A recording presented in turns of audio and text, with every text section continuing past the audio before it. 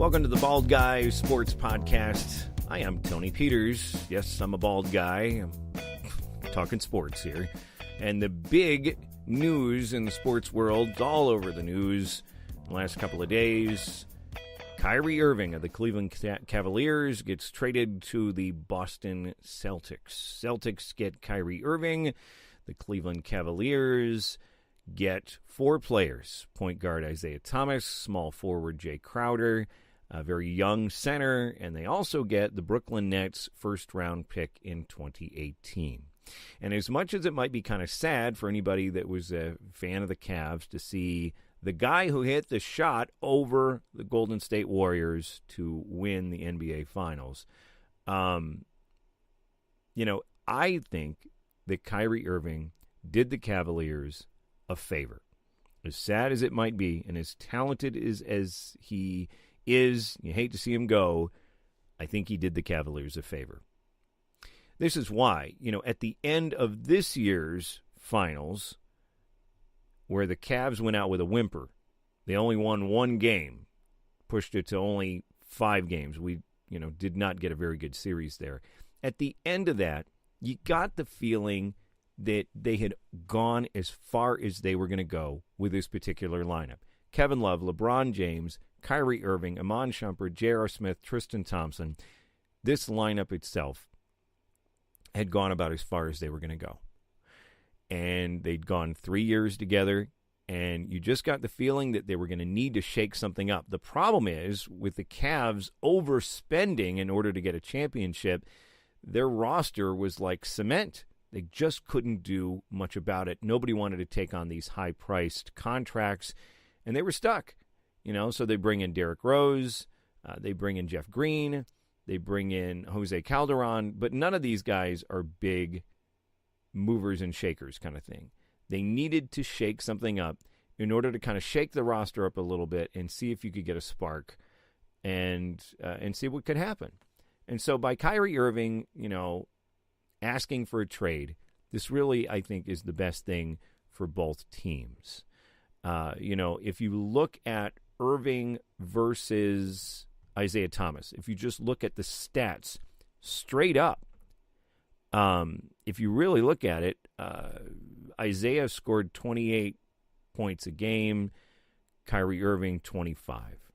Rebounds are about even, assists are about evens.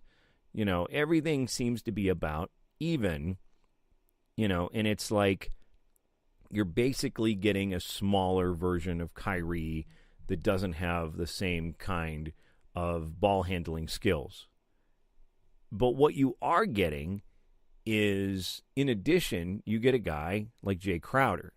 So Jae Crowder is this, fairly tall guy, 6'6", 3-point percentage last year, 39%.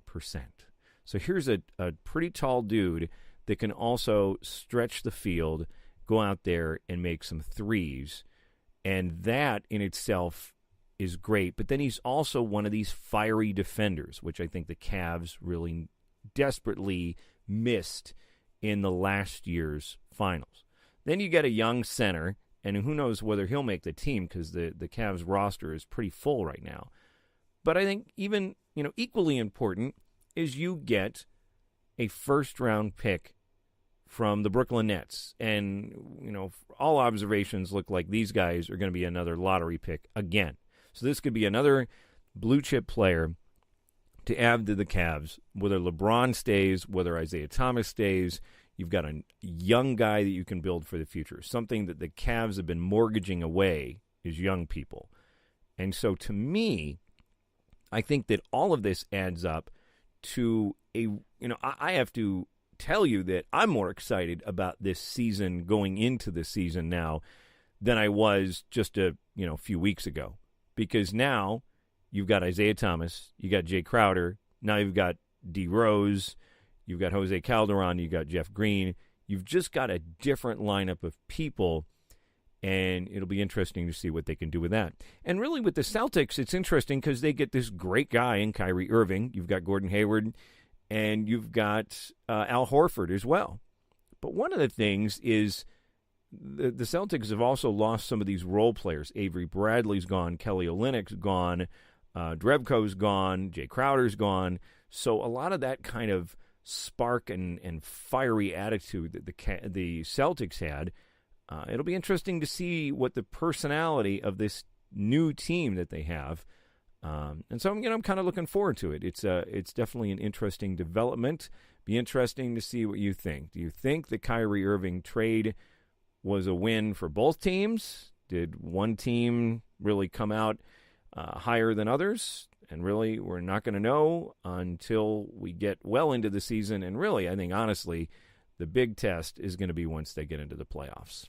So that is the Bald Guys podcast for another day. Appreciate you tuning in, and we will see you next time.